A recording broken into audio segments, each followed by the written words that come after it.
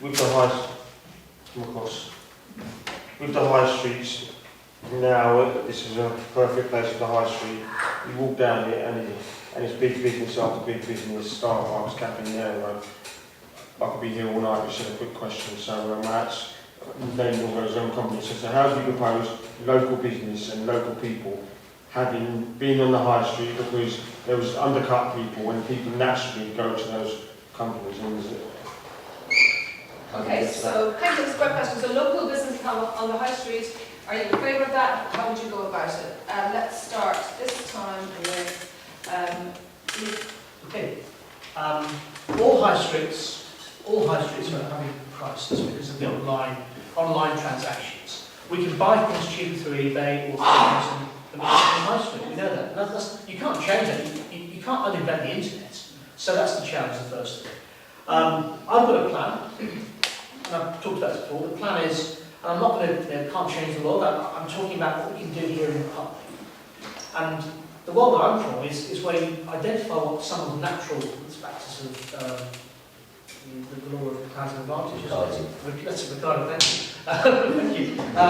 Ricardo's view is you can't grow bananas in Scotland, so what does Scotland have to offer the world in terms of economy? What does Putney have to offer? We have a great location, we have a riverside location, we have an affluent population, also an affluent series of nearby people that will come and will spend money if there's the right mix of elements attracting them. Now, in an ideal world, the high street here in Putney would be a different shape. We can't change that, we can't knock it down and move it 20 feet that way like Wimbledon High Street. We are what we are.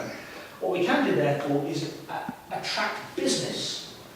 Ideally local, but I'm not going to restrict it to local, because if it works well, it will employ local people and spread local wealth, which is what we want. You've got to find the right magnet. Right?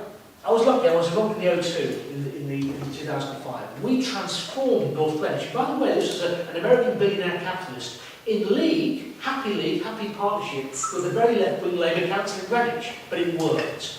We employed 60% of our workforce came locally, and we created the world's most successful music venue, which transformed North Greenwich. Now, I'm not saying we build a venue like that here, but we find something which is going to work.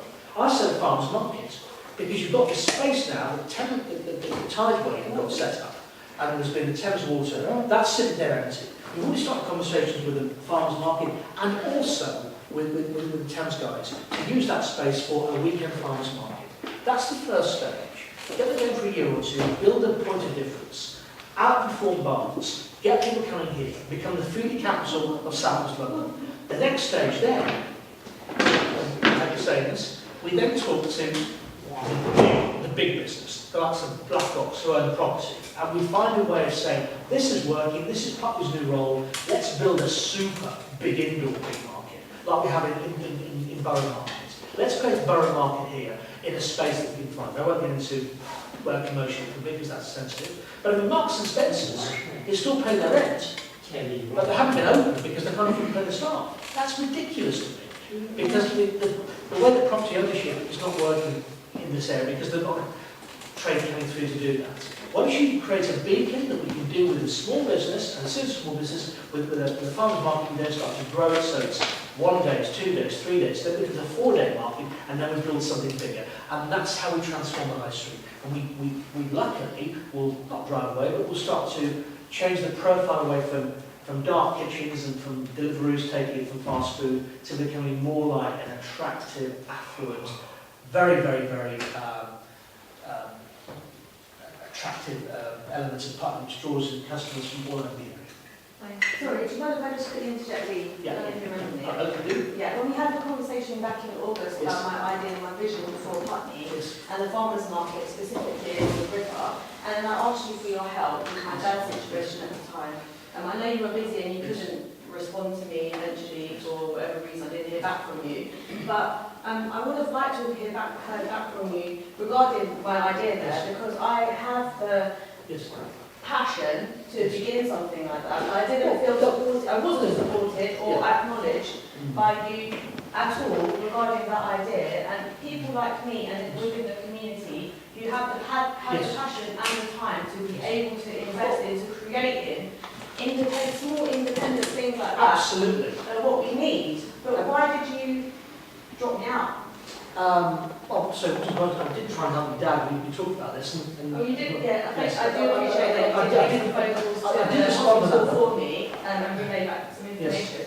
But then you never got back to me. And then, regarding the farmers market, I never ever heard from you again either. I apologise. And it really disheartened myself personally. And I'm an individual of the community, and it made me completely lose faith in politics, actually, and lose my passion. There's an opportunity for you to be in that farmers market, because that's what we create, an open space down I the want to be part of the creation of the market, and so do many people like me as well. And well, the idea is the space for you guys. Yeah, and I heard you mentioning a manifesto about the farmers market, and you haven't acknowledged me personally in either of the hustings that I've seen you there about, or even now. To be fair, the farmers market idea was being developed before we spoke, it really was. But I can see a space for you and the business you want to create in that farmers market. Do you remember what the business was? I wanted to create a farmers market, that was the business. But reflection, you're working with a company, a company marketing, a company with a health food market. And we said that sort of thing we could do with here. There were a number of ideas that we talked about. I talked to the bid. I took the bid back in... I'm not part of the bid, I'm an individual. No, but I took the bid back in February, March about this sort of idea. And they didn't go any further. But this has been bubbling along. I want to create a platform for people with passion. Now you may be one of those people who can do it. And you got me out. Well, I haven't heard from you since November. Okay,